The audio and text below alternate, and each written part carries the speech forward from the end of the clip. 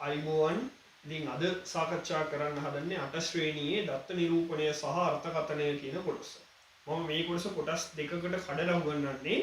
මේ පාඩමේ දත්ත නිරූපණය අපි අලුත් ක්‍රමයක් ඉගෙන ගන්නවා දත්ත නිරූපණය කරන්න. ඒක මේ පාඩමේ පළවෙනි කොටස විදිහට අපි අද සාකච්ඡා කරනවා. ඊට පස්සේ දත්ත අර්ථකථනය කරගද්දී දත්ත ටිකක් දීලා තිබ්බොත් ඕකේ මාතය මධ්‍යස්ථය වගේ දේවල් හොයන්නේ කොහොමද කියලා අපි ඒ කොටස වෙනමම අරන් සාකච්ඡා කරමු දෙවෙනි කොටස විදිහට. එතකොට මම පාඩම කොටස් දෙකක් යටතේ සාකච්ඡා කරන්නේ. එතකොට අද අපි ඒක පළවෙනි කොටස විදිහට සාකච්ඡා කරන්න පටන් ගන්නවා. අලුතෙන් දත්ත නිරූපණය කරන ක්‍රමය. දැන් මම ආයෙ මුලින් ඉඳන් කියන්න යන්නේ නැහැ මොකක්ද දත්තයක් කියන්නේ කියලා තනියම අපි දන්නවා. සරලව දත්ත කියලා කියන්නේ තොරතුරු වලට කියනවා. ඉතින් අපි 6 පන්තියේදී 7 පන්තියේදී හොඳට ඉගෙන ගත්තා. මේ දත්ත කොහොමද රැස් කරන්නේ අපි කොහෙන්ද තොරතුරු ලබා ගන්නේ ඕවා නිරූපණය කරන්නේ කොහොමද කියලා. ඉතින් අද දැන් සාකච්ඡා කරන්න යන්නේ ඕක රැස් කරන තව ක්‍රමයක්. මොනවද දැන් අලුත් ක්‍රමයක් කියන්නේ දැනට ඉගෙනගෙන තියෙන ක්‍රම මොනවද? අපි ඉගෙනගෙන තියෙනවා පළවෙනියටම 6 පන්තියේදී ප්‍රගණන ලකුණ පාවිච්චි කරලා කොහොමද දත්ත ටිකක් රැස් කරගන්නේ? ඔය රැස් කරගත්ත දත්ත ටික ප්‍රගණන ලකුණු භාවිතයෙන් කොහොමද නිරූපණය කරන්නේ? ඕකේ තියෙන අගයන් ප්‍රගණන ලකුණු ටික කවුන්ට් කරලා කීයද කියලා දාලා ලස්සන වගුවක දාලා ආමේ තියෙන අගයන් ටික කීයද කියලා වගුගත කිරීමකුත් ඉගෙනගෙන තියෙනවා. ඊට පස්සේ 6 පන්තියේදී ඉගෙන ගත්ත චිත්‍ර ප්‍රස්තාර කියලා රූප මගින් පින්තූර මගින් චිත්‍ර ඇඳලා කියන්නේ කොහොමද දත්ත නිරූපණය කරන්නේ කියලා. ඊට පස්සේ 7 පන්තියේදී ඉගෙන ගත්තා තීර ප්‍රස්තාර තීරු උඩට ගිහිල්ලා තියෙන ප්‍රස්තාර බහු තීර ප්‍රස්තාර තීර එකට දෙක වගේ ගිහිල්ලා තියෙනවා තුන වගේ ගිහිල්ලා තියෙනවා. ඔන්න ඔය වගේ ගොඩක් ක්‍රම අපි කතා කරලා දිනවා 6 7 පන්තිවලදී. ඉතින් දැන් මේ අලුත් එකක් ඉගෙන ගන්න යන්නේ දත්ත නිරූපණය කරන අලුත් ක්‍රමයක් වෘන්ත පත්‍ර සටහන වෘන්ත නෙමෙයි වෘත කිව්වොත් රවුම් වෘන්ත පත්‍ර සටහන. මේකට අපි ඉංග්‍රීසි වලින් කියනවා stem and leaf diagram කියලා. stem and leaf කිව්වේ පත්‍රය කියන්න stem කිව්වේ වෘන්තය කියන්න. වෘන්ත පත්‍ර කියන එකේ සරල අදහස ගත්තොත් පත්‍ර කියන ඒවා දන්නවනේ කොළ ගහක් ගත්තොත් ගහක මෙහෙම අත්තක් කියන එක වැරදි ඇත්තටම අත්තකුත් නෙවෙයි හැබැයි අත්තක් තමයි. ඒ කියන්නේ අතු බෙදිලා ගිහිල්ලා ඕකේ වෙනම කෝටු කෑල්ලක් ගත්තොත් ඒකට අපි වෘන්තයක් කියනවා. ඕකේ ඉතින් ඔන්න ඔහොම කොළ ඉන්න පුළුවන්. මෙන්න ඕකේ කොළ ඉන්න පුළුවන් නේද? ඔන්න කොළ. ඔන්න ඔහොම කොළ ඉන්න පුළුවන්. ඔන්න කොළ ටිකක් ඉන්නවා. හරි. මේ විදිහට මේ තියෙන එකට මෙන්න මෙයාට මේ කොළ ඔක්කොම දරාගෙන ඉන්න එකට තමයි වෘන්තය කියන්නේ. මේ කොළ වලට තමයි පත්‍රය කියන්නේ. මෙන්න මේ විදිහේ පත්‍ර පාවිච්චි කරලා අපි දැන් සංඛ්‍යා ටිකක් දීලා තිබ්බොත් ඒ සංඛ්‍යා ටික වෘන්ත පත්‍ර මගින් අපේ දත්ත අර්ථකථනයේ පහසුව සඳහා දත්ත කියව ගන්න දත්ත බලා ගන්න අපේ පහසුව සඳහා අපි අලුත් සටහනක් ගහන්නයි යන්නේ. ඔක අපි හඳුන්වනවා වෘන්ත පත්‍ර සටහන කියලා. පැහැදිලිද කතාව? right. අපි මාතෘකාව ලියමු අනුමාතෘකාව දත්ත නිරූපණය හා අර්ථකථනය කියන ප්‍රධාන මාතෘකාව යටතේ අනුමාතෘකාවක් ලියන්න වෘන්ත පත්‍ර සටහන කියලා. වෘන්ත පත්‍ර සටහන. වෘන්ත කිව්වේ නිකන් අත්තක් වගේ මතක තියාගන්න. right. වෘන්තය කියන්නේ අත්තක් වගේ. right. ඒකේ තියෙන කොළ ටික. හරි. ඕක ගැන තමයි දැන් කතා කරන්නේ. මම පළවෙනියට මෙහෙම උදාහරණයක් ගන්න. මම මේ පාඩම කොටස් තුනක් යටතේ සාකච්ඡා කරනවා. බිඳුවේ ඉඳලා 99 වෙනකන් සංඛ්‍යා ගත්තොත් ඒ සංඛ්‍යාවල දත්ත කොහොමද නිරූපණය කරන්නේ? 100 සිට 999 දක්වා ඒවා කොහොමද සාකච්ඡා කරන්නේ? ඊට පස්සේ දශම සංඛ්‍යා තියෙන දත්ත තිබ්බොත් කොහොමද ඕව වෘන්ත පත්‍ර සටහනක සාකච්ඡා කරන්නේ කියලා කොටස් තුනකින් දත්ත නිරූපණය කොට සාකච්ඡා කරමු. ඊට පස්සේ අපි කතා කරමු කොහොමද වෘන්ත පත්‍ර සටහනක විසිරීමක්. ඒ කියන්නේ එයාලා වෘන්ත පත්‍ර සටහන දීලා තිබුණා. දැන් කියලා දෙන්න හදන්නේ අපි කොහොමද වෘන්ත පත්‍ර සටහනක් හදන්නේ කියලා. ඊට පස්සේ මේ කොටස් තුනම ඉගෙන ගත්තට පස්සේ හිමීට කතා කරමු වෘන්ත පත්‍ර සටහනක විසිරීම කොහොමද කියලා. ඒ කියන්නේ එයාලා සටහන දුන්නහම ඒක අපි කියවගන්නේ කොහොමද කියලා ඊට පස්සේ කතා කරමු. ඔන්න ඔය කොටස් ටික තමයි එනම් අද සාකච්ඡා කරන්නේ. පළවෙනියටම අපි වෘන්ත පත්‍ර සටහන කියන එක යටතේ ඔයාලට අවශ්‍ය නම් ඔයාලා මෙන්න මේ විදිහට දාගන්න පොඩි අතු කෑල්ලක් වගේ දාලා මෙන්න මේ විදිහට කොළ ටිකක් දාගන්න. මේවට තමයි පත්‍ර කිව්වේ, මේකට තමයි වෘන්තය කිව්වේ.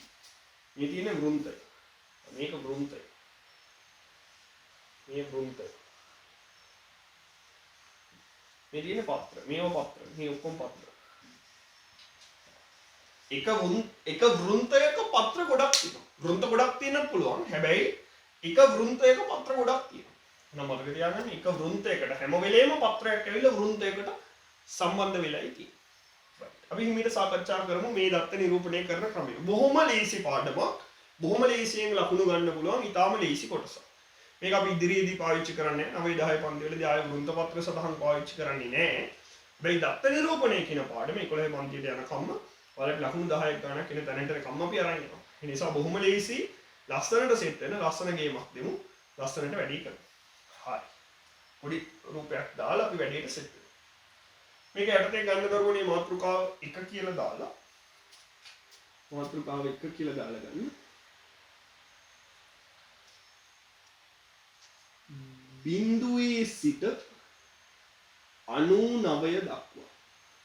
බිඳුවේ සිට 99 දක්වා මේක කියන බිඳුවේ සිට 99 දක්වා. බිඳුවේ සිට 99 දක්වා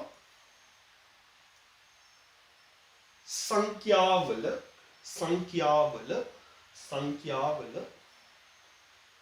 වෘන්ත පත්‍ර සටහනක් අඳිමු. බිඳුවේ සිට 99 දක්වා සංඛ්‍යාවල වෘන්ත පත්‍ර සටහනක් අඳිමු.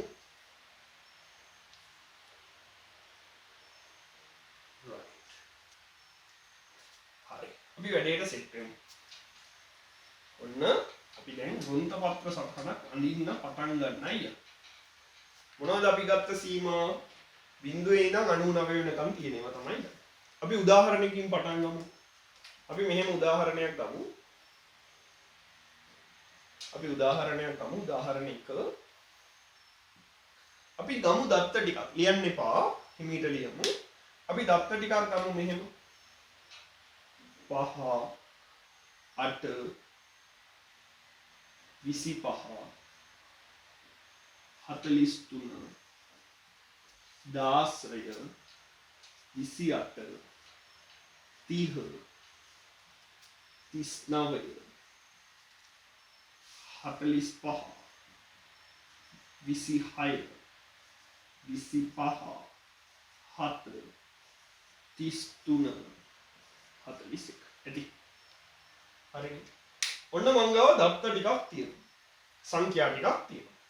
මේ සංඛ්‍යාවලට අදාළව අපි වෘන්ත පත්‍ර සටහනක් පිළියෙල කරන්නේ කොහොමද කියලා කතා කරන්නේ. කිසිම දෙයක් ලියන්න එපා පෑන් මේ සුඩින් කියලා පාඩුවේ වැඩේ බලාගෙන ඉන්න මොකද්ද මේ වෙන්නේ කියලා. හොඳ අවධානයෙන් බලාගෙන ඉන්න මාර ලීසි වැඩක් කරන්න.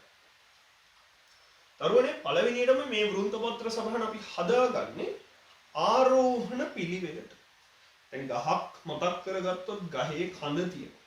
ඊට පස්සේ ඔයාලට අතු සෙට් වෙලා. ඒ අතු වලින්නේ කෝටු කෑලි අතු ආයෙත් බෙදිලා ගිහිල්ලා ඒ අත්තකනේ ඔය කෝටු වශයෙන් වෘන්තය තිබිලා ඒකනේ පත්‍රයේ තියෙන්නේ. ඔකනේ ඇත්ත කතාව. ඉතින් ඕවා පිළිවෙලටනේ තියෙන්නේ. ලස්සනට ගිහිල්ලා තියෙනවා පිළිවෙලටනේ පිළිවෙලකට. සංඛ්‍යා අපි ඔය පත්‍ර සටහනේ හදද්දී වෘන්ත පත්‍ර සටහනේ හදද්දී මූලිකම වැදගත්ම දේ තමයි අපි ওই ටික ගන්න ඕනේ ආරෝහණ පිළිවෙලට. ආරෝහණ පිළිවෙලට ගන්න ඕනේ.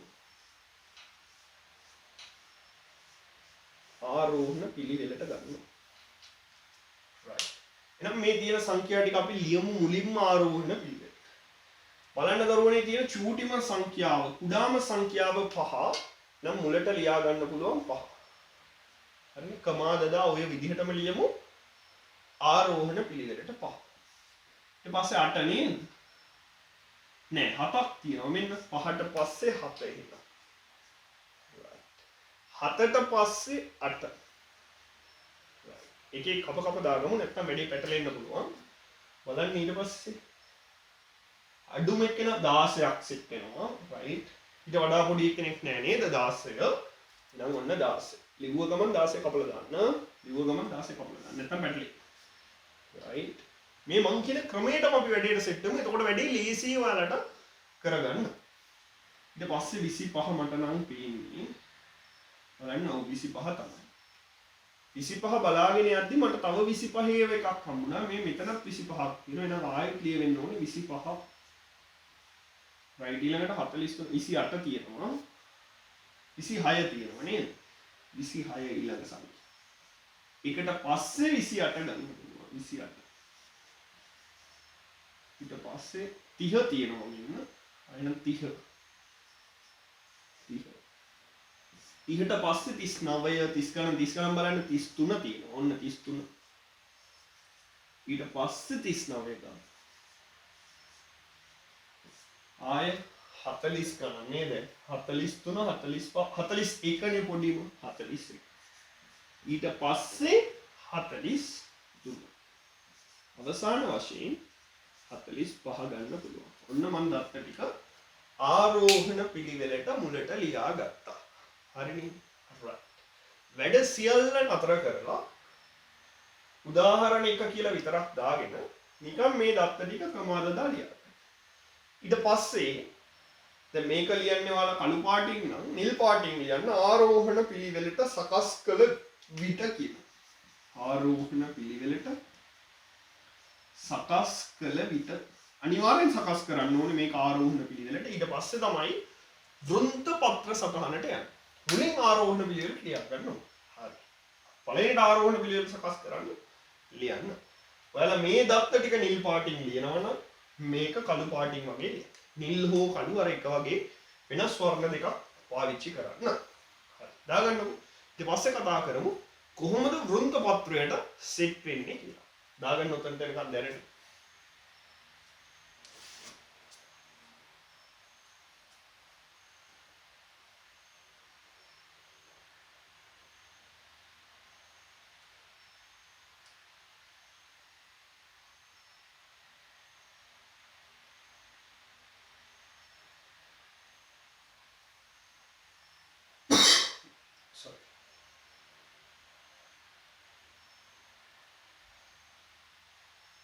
ඉක්මනට දාගන්න ඕනේ. අනුකූල වෙලාවක් ගන්න එපා. ඉක්මනට දාගන්න මේ ටික.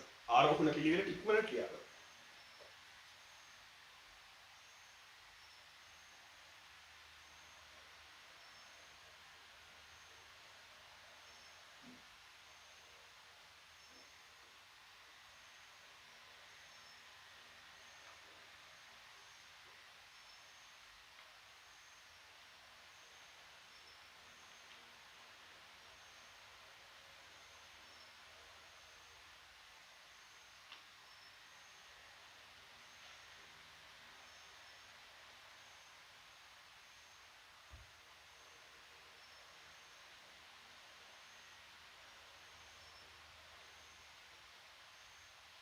හරි.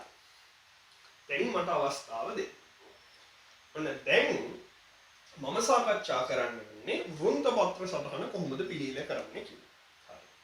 කලබල නැතුව බලන්නකො. ඔන්න මම සටහන පිළියෙල කරන්න පටන් ගන්නවා. බලන්න මේ ගානට සම්පූර්ණ අවස්ථාව මට දෙන්න. ඔයාලට ඕන තරම් ගණන් හදන්න දෙන්නම්. අභ්‍යාස පොතේ ගණන් ඕන තරම් දෙන්නම්. ඊට පස්සේ ටියුට් එකේ ගණන් ටික තනියෙන්ම හදන්න දෙන්නම්. දැනට මට අවස්ථාව දෙන්න. පටන් ගන්නමනේ. ඒ නිසා මට අවස්ථාව දෙන්න. දැන් පළවෙනියටම දැන් ගහේ යන්නේ කොහොමද? කඳ එනවා. හරි. කඳ එනවා. කඳ ඇවිල්ලා අතු වලට බෙදෙනවා.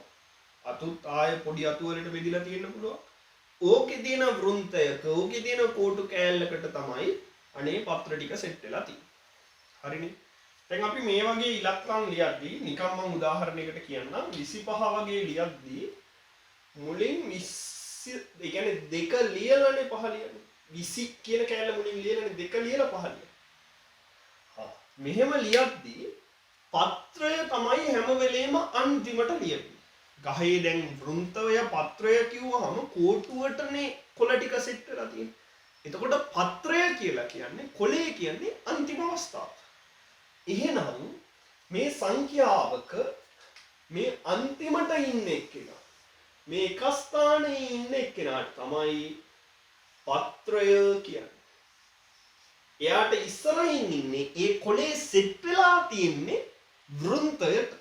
අනේ මේ දෙක කියලා කියන්නේ වෘන්තය. මෙන්න වෘන්තය. මෙන්න වෘන්තය. මෙන්න පත්‍රය. ඔන්න බෙදෙන හැටි. right. දැන් එහෙනම් සටහන ගහන්නේ මෙහෙමයි. ඔන්න පොඩි වගුවක් ටයිප් එකට වැඩි පටන් ගන්නෙ වෘන්ත පත්‍ර. ඔක ලියන්නේ කොහොමද? වෘන්ත පත්‍ර. හරිනේ. වෘන්ත පත්‍ර. වෘන්ත කියන එකට පොඩි ඉඩ ප්‍රමාණයක් තිබ්බම ඇති. පත්‍රනේ ගොඩක් ඉන්නේ. දැන් කෝට්ටක එක කෝටු කෑල්ලක එක වෘන්තයකට පත්‍ර ගොඩක් සෙට් වෙලා තියෙනවා නේද? එතකොට මේකේ වෘන්තය එකයි එක වෘන්තයයි තියෙන්නේ. ඒකට තමයි පත්‍ර ටික සෙට් වෙලා තියෙන්නේ. එතකොට මේ පැත්තට පොඩි ඉඩක් තියාගන්න. මෙහෙට ලොකු ඉඩක් තියාගන්න. මොකද පත්‍ර ගොඩක් සෙට් වෙලා තියෙන පුළුවන්. හිමීට බලන්න. හරි. මුලට පහ තියෙනවා. පහ ලිව්වොත් පහේ එක ස්ථානය මොකක්ද? හොඳට අහන්න මම කියන දේ. පහේ එක ස්ථානය පහමයි. එතකොට පත්‍රය පහ. වෘන්තය මොකක්ද? ගැටලුවක් එනවා. නෑ. පහ අපි ලියද්දි පහ මෙහෙම ලියන්නේ නෑ. අපි පහ ලියද්දි ලියන්නේ 0.5 විදිහට. ඔන්න පහ ලියන විදිහ. 7 ලියද්දි ලියන්නේ 0.7 විදිහට. 7 ලියද්දි ලියන්නේ 0.7 විදිහට. 8 ලියද්දි ලියන්නේ 0.8 විදිහට. දැන් හොයාගත්තේ පහ කියන්නේ පත්‍රය, එයාගේ වෘන්තේ බිඳුවයි. බිඳුව කියන වෘන්තයට පහ සෙට් වෙලා තියෙනවා. පත්‍රය පැත්තෙන් දානවා 5යි කියලා. හරි නේද? ඔන්න පහ ලියපු විදිය. වෘන්තය බිඳුව කියන වෘන්තයේ බිඳුව කියන කෝටු කෑල්ලට 5 කියලා පත්‍රයක් සෙට් වෙලා තියෙනවා. 7 කියද්දිත් එක ස්ථානය මේක. එක ස්ථානය මේක. නම් පත්‍රය 7 වෘන්තය බිඳුවමයි. මේ බිඳුවමයි වෘන්තය. ඒ වෘන්තයටම පත්‍රය 7. එහෙනම් 5ට ඈඩ් කරලා 7 උන්න ඔය විදිහටයි. පැහැදිලිද කතාව? කමා දාන්න යන්නේ නැහැ. දැන් එකම වෘන්තයක එකම කෝටු කෑල්ලකට සෙට් වෙච්ච කොළ ගොඩක් තියෙන්න පුළුවන්. අන්න ඒ වගේ අවස්ථාවක් මේක. බිඳුව කියන වෘන්තයටම සෙට් වෙලා තියෙන්නේ. මේක 5. 0.5. ආයෙක තමයි 0.7. ඔහොමයි දත්ත කියවන්නේ. 0.5 0.7. හරි. 8 ලියන්නේ එහෙනම් බිඳුව කියන්නේ වෘන්තය, 8 කියන්නේ 8 ඈඩ් කරලා ලියන්න පත්‍රය විදිහට 8 කියන එක. හරිනේ. 16. මේකෙත් ආයෙත් එක ස්ථානයේ 6 තියෙනවා. නම් පත්‍රය 6යි. එයාගේ වෘන්තය එයාට ඉස්සරහා ඉන්නාගේ 1. එහෙනම් ඔන්න දැන් වෘන්තය මාරු වෙනවා. බිඳුව කියන වෘන්තෙන් නෙවෙයි යන්නේ. වෘන්තත් ගොඩක් තියෙනවනේ. අතු බෙදිලා ගිහලා කෝටු ගොඩක් තියෙනවනේ. බිඳුව කියන එකෙන් ගියපු වලිය ඉවරයි. දැන් 1 කියලායි වෘන්තය තියෙන්නේ. එහෙනම් 1 කියන වෘන්තය යටතේ එනවා 6. 1 මෙහෙට 6 මෙහෙට. බොහොම ලේසි වැඩක් කරන්න. 25. අනේ එක ස්ථානෙ වෙන් කරගන්න. මේ එක ස්ථාන වෙන් කරගන්න. මේ එක ස්ථාන ඔක්කොගේම එක ස්ථාන වෙන් කරගන්න. ඔය තමයි පත්‍ර. right. වෘන්තෙන්නේ මේ ඔක්කොගේම වෘන්ත දෙක. එහෙනම් 2 කියන වෘන්ත යටතේ එනවා 5 5 6 8 කියලා. ලියු හැකි 5 5 6 8. 25 ඒවා දෙකක් තිබ්බා කියලා කිසිම ප්‍රශ්නයක් උන්නේ. එයාව දෙසරයක් ලියුවා. 5 5. කීයවත්ද කියවන්නේ? 25 25 26 28. ඔන්න ඔහොමයි කියවන්නේ. පැහැදිලිද? ලේසිම ලේසි. මේ තුන් දෙනාගෙම වෘන්තය 3යි නම් 3 කියන වෘන්තයේ බිඳුව 3 9 බිඳුව 3 9. අවසාන වශයෙන් 40 ගණන් 4 කියන වෘන්තයේ 1 3 5. එහෙනම් 1 3 5. ඔන්න ඇඩ් කර දැන්. මෙන්න වෘන්ත පත්‍ර සටහන. ඉවරයි වෙන්නේ. තේරුණා නේද කතාව? එක ස්ථානයේ තියෙන එක්කෙනාව පත්‍රය විදිහට අරගෙන එක ස්ථානයට ඉස්සරහින් ඉන්න එක්කෙනාව වෘන්තය විදිහට ගත්තා. ඉවරටම තියෙනවා. දාගන්නකෝ වෘන්ත පත්‍ර සටහන. හරිම ලේසි.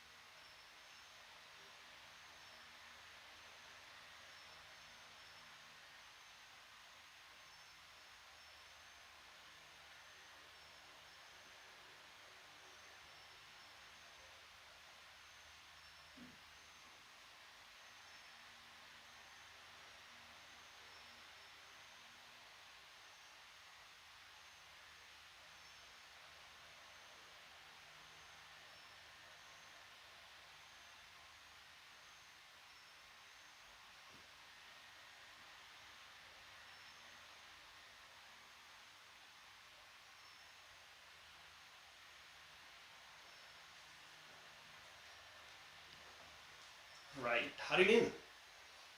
බොහොම ලේසි වැඩක් කරේ. තේරුණානේ? හරි. බලන්න වෘන්තයේ විදියට ඉස්සරහ දින සංඛ්‍යාව ගත්තේ පිටිපස්සේ කිව්ව එක ස්ථානයේ ඉන්න ඉලක්කම තමයි පත්‍රයේ විදියට ගත්තේ. අපි ඔය කැලේ චුට්ටක් ලියමු. මේකට යටින් කරුවක් දාලා ලියන්න. රතු පාටින් වගේ ලියනවා නම් වඩාත් හොඳයි. රතු හරි, රෝස හරි, තැඹිලි හරි මේකට වඩා කැපිලා පේන පාටකින් ලියන්න. මොකද මේක අලුත් දෙයක් නිසා. right. ලියන්න. पूर्ण संख्यावक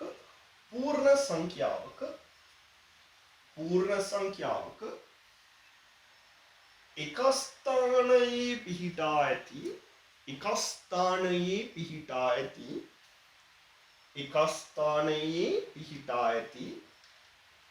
ඉලක්කම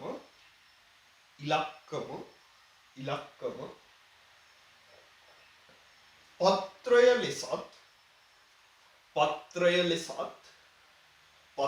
ලෙසත් ඊට ඉදිරියෙන්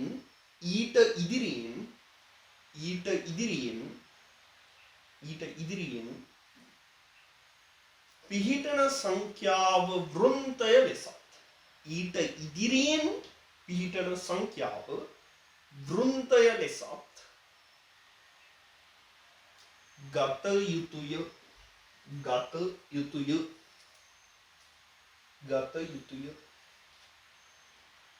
හරි නේද? right. අය මම උතරින් එහාට ලියන්න යන්නේ ඕක තමයි වැදගත්. ඒ කියන්නේ වෘන්ත පත්‍ර සටහනක් හැදුවොත් ඕක තමයි වැදගත් දේ.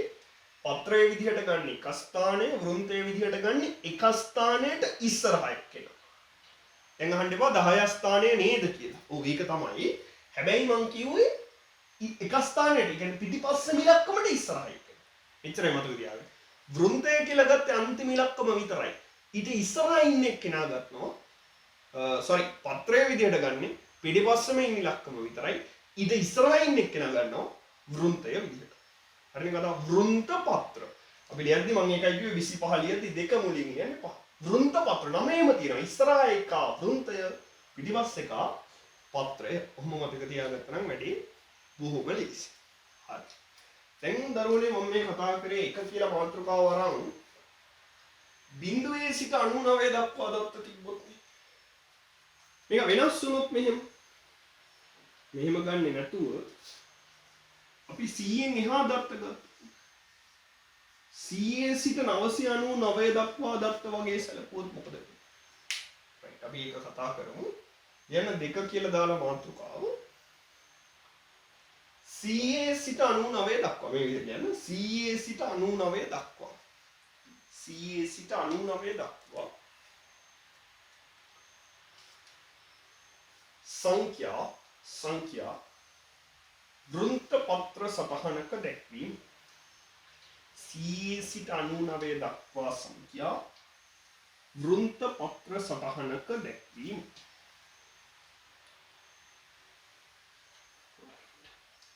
මම ඕකේ කීපයක් කතා කරන්න.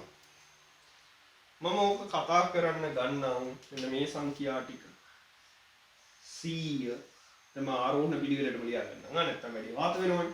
100 157 400 2 765 ඔය ටික කතා කරපු කොහෙද?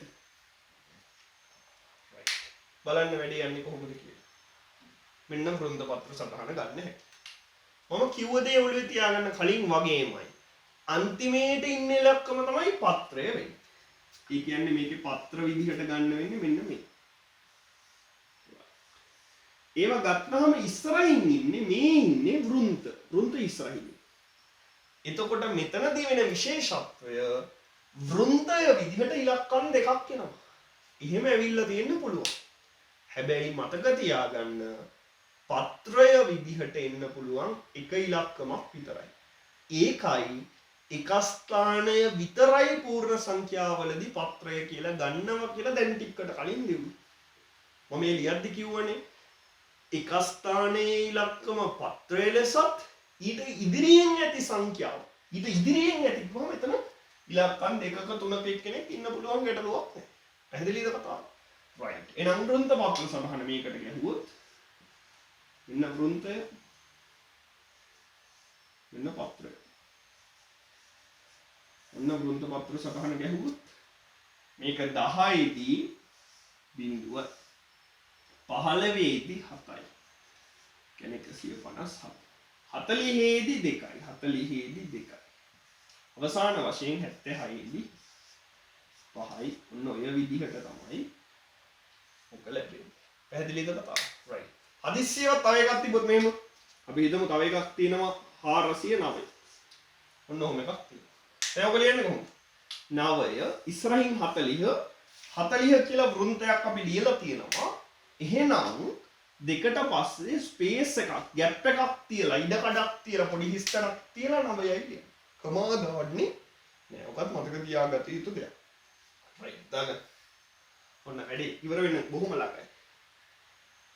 බලන්න කොච්චර ලීසි පාඩමක් මේක කියලා.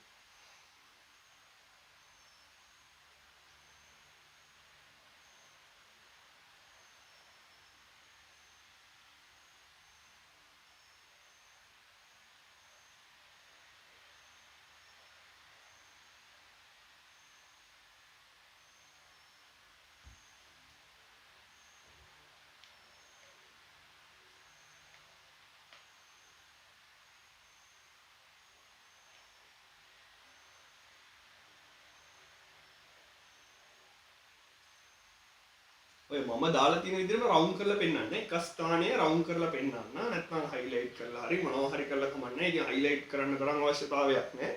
නිකන් රවුන්ඩ් කරලා පෙන්නන්න. ඔන්න එක ස්ථානයේ තමයි අපි වෙන් කරගත්තේ. ඒක තමයි අපේ පත්‍රය.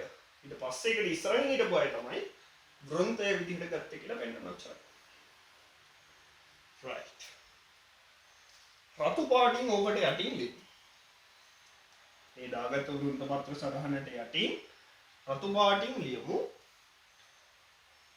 මේවාද පූර්ණ සංඛ්‍යා වන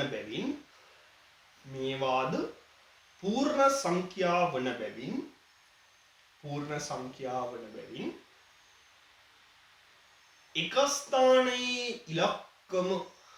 එක ස්ථානයේ ඉලක්කම පත්‍රය ලෙසත් එක ස්ථානයේ ඉලක්කම පත්‍රය ලෙසත් ඊට ඉදිරියෙන් නැති ඊට ඉදිරියෙන් නැති සංඛ්‍යාව වෘන්තය ලෙසත් සලකා වෘන්ත පත්‍ර සටහන පිළියෙල කළ යුතුය. සලකා වෘන්ත පත්‍ර සටහන පිළියෙල කළ යුතුය. හරි නේද? හරි. බොහොම වැඩ කොටසක් ඉවරයි. ඇත්තටමත් ලොකු දෙයක් ඉවරයි. හරි. දැන් මතක තියාගන්න මෙන්න මේ දේ. අපි කලබල වෙන්නේ නැහැ. වැඩේ හිමීට කරගෙන යන්න ඕන ඔය විදිහට. වෘන්තයට එතකොට ඉලක්කම් දෙකක් ආවට කමක් නැහැ කියන එක ඔළුවේ තියෙන්න ඕනේ. ඇයි ඒ? පූර්ණ සංඛ්‍යාවක් අරගෙන වෘන්ත පත්‍රය හදද්දී එක ස්ථානයමයි පත්‍රය වෙන්නේ. හරිනේ කතාව. දැන් ඔන්නොච්චරයි දැනගන්න. ඉස්සරහා ඉලක්කම් දෙකක් තුනක් කීයක් තිබ්බත් අපිට කමන්නේ. අපි ඒක තමයි වෘන්තයේ විදිහට ගන්න. හැබැයි මතක තියාගන්න වෘන්ත පත්‍ර සටහන හදන්න කලින් දීලා තියෙන දත්ත ටික අනිවාර්යෙන් ආරෝහණ පිළිවෙලට හදාගෙන ඉන්න ඕනේ. නැත්නම් එකම දෙසරේ තුන් සැරේ ලියවෙන්න පුළුවන් තැනින් තැන ලියන්න. මොකද එකම වෘන්තේ ඉන්න කට්ටිය දැන් 15 16 වගේ ඉලක්කම් ගත්තොත් එකම තමයි වෘන්තේ වෙන්නේ. ඒ එකේම පත්‍ර තියෙන්නේ 5 සහ 6 විදිහට. 15 කියද්දි 1යි 5යි. ඒ එකේම 6. එතකොට එකම වෘන්තයකනේ ඉන්නේ. අනේ නිසා අනිවාර්යෙන් මේක ආරෝහණ පිළිවෙලට තියාගන්න එකත් සෑහෙන වැදගත් දෙයක්. අපි යමු තුන්වෙනි එකට දශම සංඛ්‍යා තිබ්බොත් කොහොමද වෙන්නේ කියලා බලමු. ලියන්න මාතෘකාව 3 කියලා දාලා දශම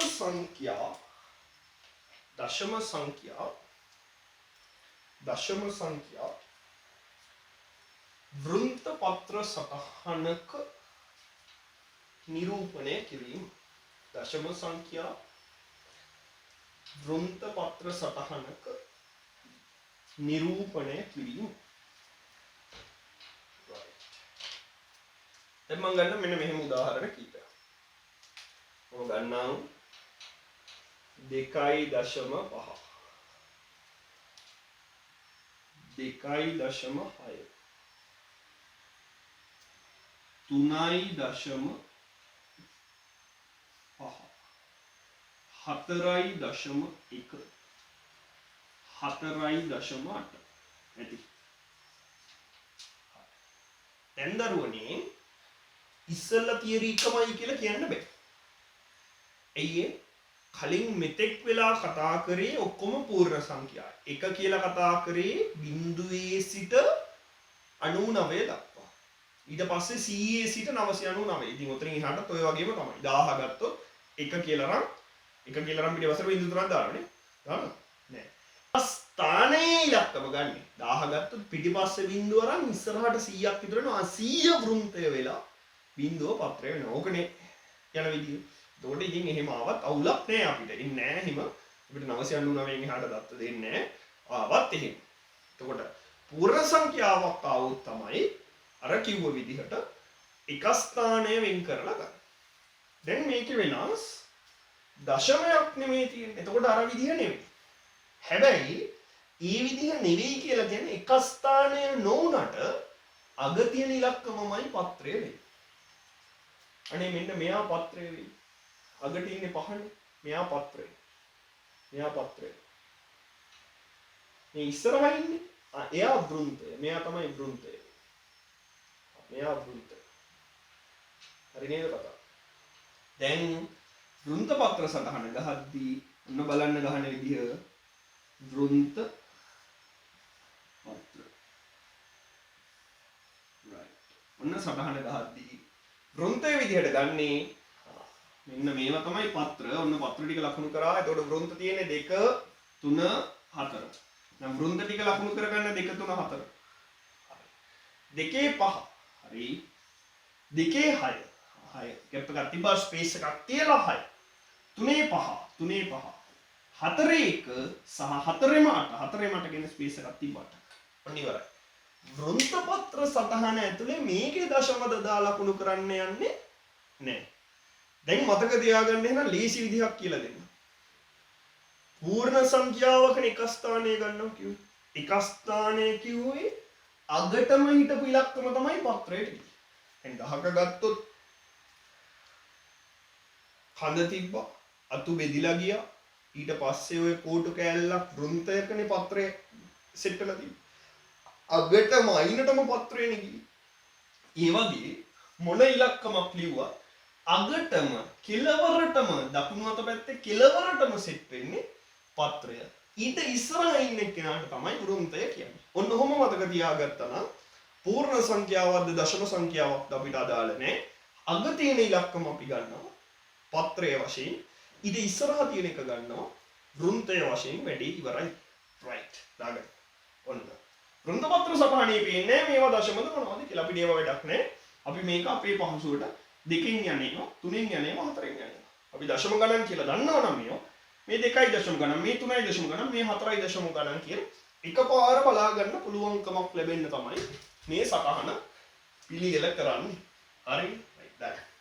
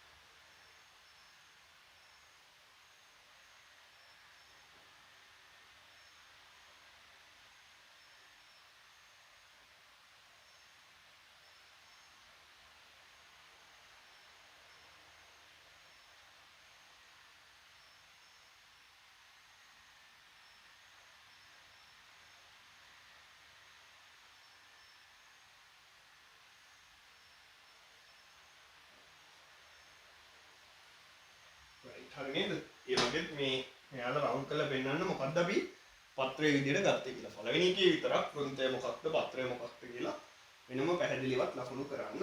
ඒක ඔයාලට පහසුවක්. නැවත බලද්දී ඉතින් දැන් ආයෙ නැවත බලන්න දෙයක්වත් නැහැ. ඇත්තටම ඕන අමතක වෙන්නේ නැහැ. හැබැයි ඔය අමතක රෝග තියෙන කට්ටිය ඉන්නවනේ. එයාලට පහසු වෙනවා. ඔක හරියට නෝට් එක දාගත්තාම දැන් ඔයාලට 27.1 අභ්‍යාසය තනියෙන් කරන්න පුළුවන්. ඒකේ ගණන් 3යි තියෙන්නේ චූටි ගණන් 3. ඒ ගණන් 3 ඔයාලා තනියෙන් හදන්න බැරි වෙන ඒවා තිබ්බොත් අපි ඩිස්කෂන් එකෙන් කතා කරමු. රයිට්. ඉවරයිද මේක දාගෙන?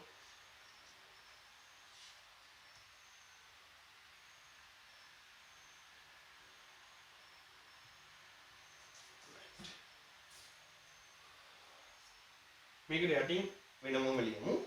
රතු පාටින් ලියන්න එපා. ඒක රතු පාටින් මම තව එකක් ලියනවා. ඒ නිසා රතු පාටින් ලියන්න එපා. වෙනත් පාටකින් ලියන්න. වෙනත් පාටක් පාවිච්චි කරන්න. මේ ලියපුවා නැතුව වෙනත් පාටක් පාවිච්චි කරන්න. එතකොට අපිට පහසුයි ඔක ලියා ගන්න. රයිට්. ලියන්න. ඉහත උදාහරණවලදී පළමු දශම ස්ථානය කියන්නේ දශම තිතට පස්සේ ඉන්න පළවෙනි ඉලක්කම. මෙයා දශම ස්ථානයේ පස්සේ ඉන්න පළවෙනි යන්නේ. ඒකයි පළමු දශම ස්ථානය. පළමු දශම ස්ථානය පත්‍රය ලෙසත්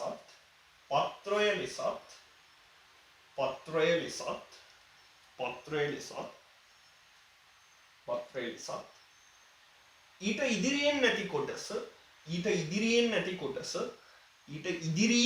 කොටස වෘන්තය ලෙසත්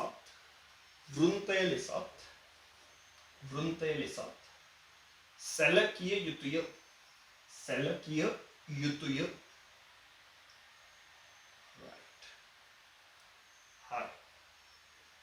හරිනේ. අපි දැන් රතු පාටින් සාරාංශයක් අවසාන සාරාංශයක් ලියමු. නිකන් ඒක වෙනම හයිලයිට් කරගත්තත් කමන්නේ. රතු පාටින් ලියලා හයිලයිට් කරගන්න. ඔන්න ඔහොම තරුවක් දාලා ලියන්න. තරු පේන වැඩක් කියන්නේ නැහැ. අග ඉලක්කම පූර්ණ සංඛ්‍යාවක් දශමයක් ඕන එකක් වෙච්ච දෙයින් අග ඉලක්කම අපි ගන්නවා පත්‍රයේ විදිහට. ඒකට ඉස්සරහින් එක් කරනවා වෘන්තය විදිහට. ලියන්න. සංඛ්‍යාවක අග ඉලක්කම අග අංග කියලා එහෙම ලියන්න එපා. ඒකට අං වෙයි අර සත්තුන්ගේ අං. අග ඉලක්කම අග ඉලක්කම දශමයක නම් එතකොට මේක පූර්ණ සංඛ්‍යාවක නම් එක ස්ථානය. ආයි කියන්නේ අග ඉලක්කම පත්‍රය ලෙසත්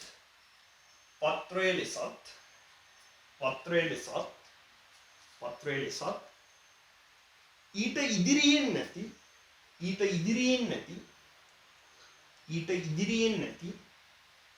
සංඛ්‍යාව වෘන්තය ලෙසත්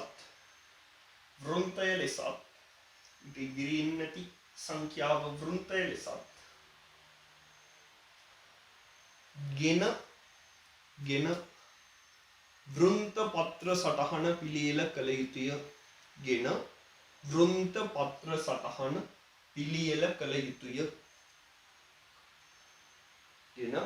පත්‍ර සටහන පිළියෙල කළ යුතුය. හරි.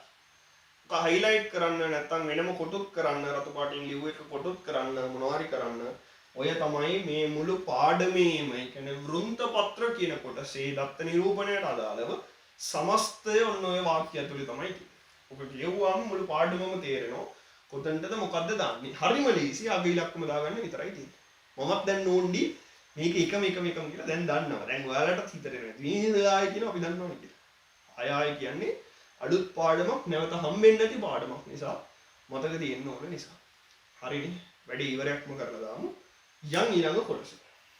දැන් මෙච්චර වෙලා කතා කරේ එයාලා දත්ත ටික දුන්නහම අපි කොහොමද වෘන්ත පත්‍ර සටහන හදාගන්නේ කියලා. දැන් මම කතා කරන්න යන්නේ එයාලා මේක දුන්නහම අපි යෝකේ තියෙන දත්ත ටික මොනවද කියලා කියවගන්නේ කොහොමද කියලා බලන්න. ලියන්න මාතෘකාව වෘන්ත පත්‍ර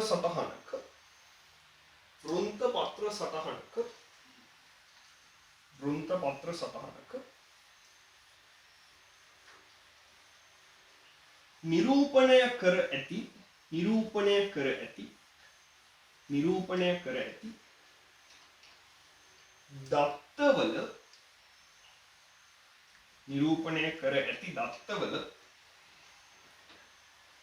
නිරූපණය කර ඇති දත්තවල විසිරීම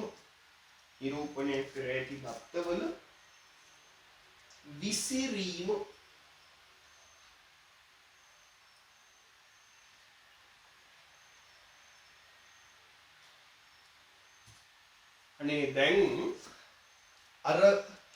වෘන්ත පත්‍රය හදන හැටි කියලා දුන්නාට පස්සේ ආයේ මේකේ කියලා දෙන්න දෙයක් නෑ. දැන් ඔයාලා වෘන්ත පත්‍රය හැදෙන හැටි දන්නවා. එතකොට ඉතින් ඒක දැනගත්තාම ආයේ මේක කියලා දෙන්න දෙයක් නෑ ඇත්තටම.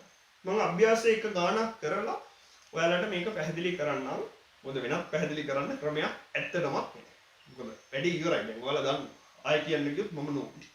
හරිනේ. මේ මොනවද අපිට වැඩක් නෑ කියලා හිතේ. ඉච්චරකට දන්නවා දැන්. එහෙනම් අපි අභ්‍යාසයේ ගානක් කරලා වැඩි නතර කරමු. හරි. ඔයාලා එන්නකො පිටු අංක 129ට. පිටු අංක 129 27.2 අභ්‍යාසය පළවෙනි ගාන. ඔක මට අවස්ථාව දෙන්න. වුණේ මට අවස්ථාව දෙන්න. ඔයාලට හදන්න පුළුවන් කියලා මම දන්නවා. හැබැයි දැන් එයාලා තමයි වෘන්ත පත්‍රය දෙන්නේ. අපි කියවන්නේ.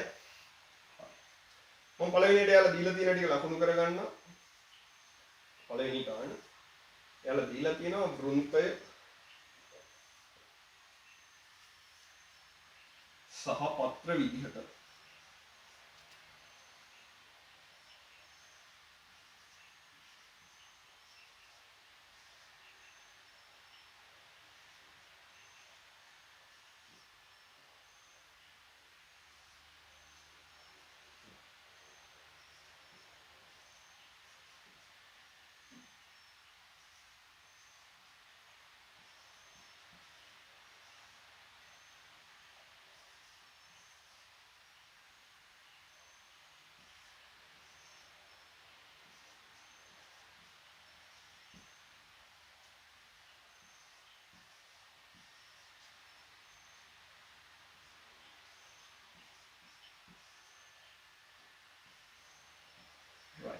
ඔන්න යාලා දීලා තියෙන වගුව මම මේ ඇන්දයා. මේ යාලා දීලා තියෙන වගුව එහෙමම මම ඇන්දා. හරිනේ? right. ඔන්න පළවෙනි ප්‍රශ්නේ. පාපෙදි ධාවන තරඟකරුවෙකු මාසයක් තුල එක් එක් දිනයේ පුහුණු වීම කරන ලද දුර ප්‍රමාණය කිලෝමීටර් වලින් පහත වෘත්තපත්‍ර සටහනේ දැක්වේ කියලා වෘත්තපත්‍ර සටහන ඔන්න අපිට දීලා තියෙනවා. මේකට යටින් දීලා තියෙනවා මෙතනින් යතුර කියලා. ඒ කියන්නේ කී එකක් විදියට දීලා තිනවා යතුර 5 කියලා මෙන්න මෙහෙම දාලා යනු 51 යන්නයි කිය.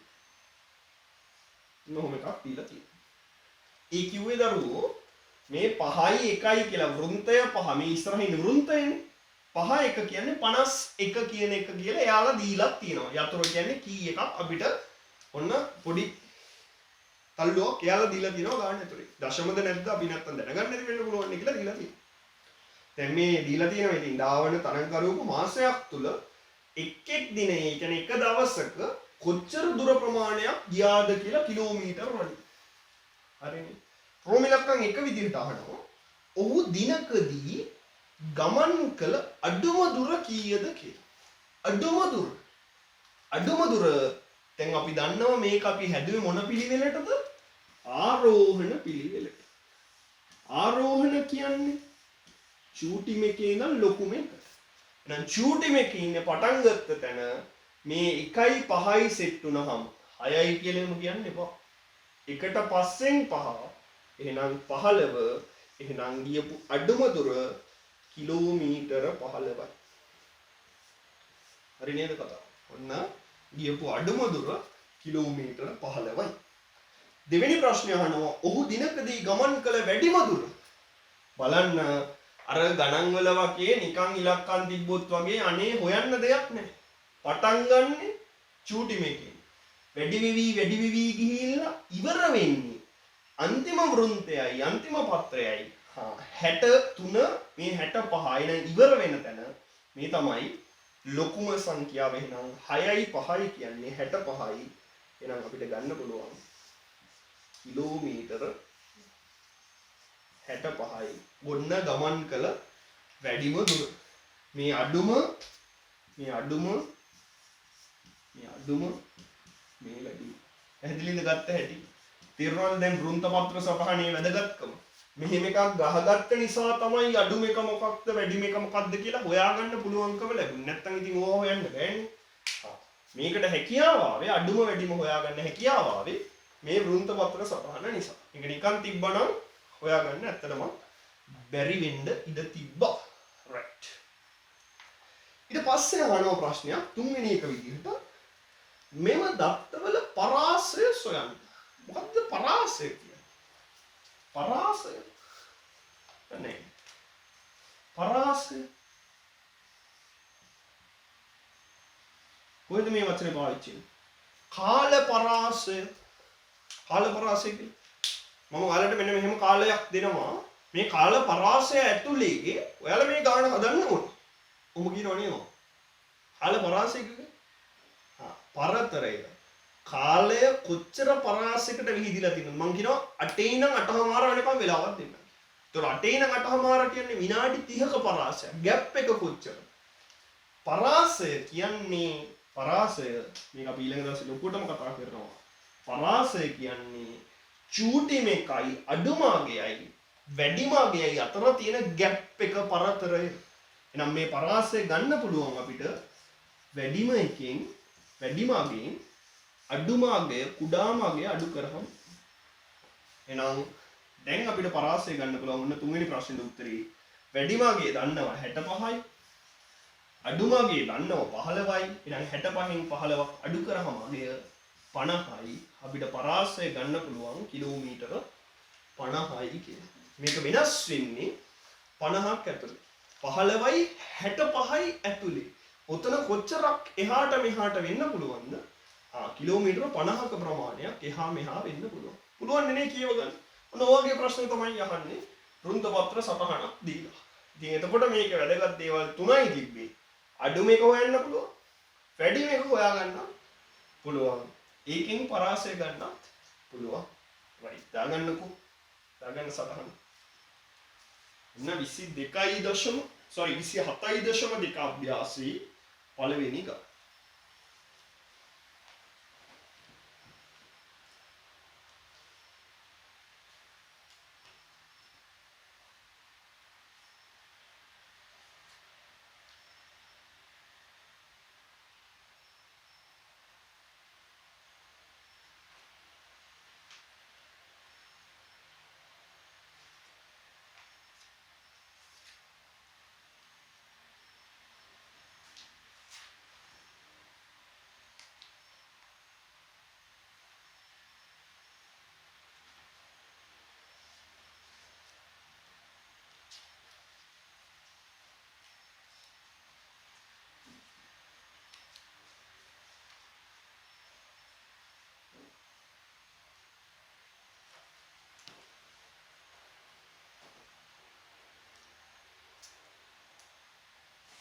right හරි නේද?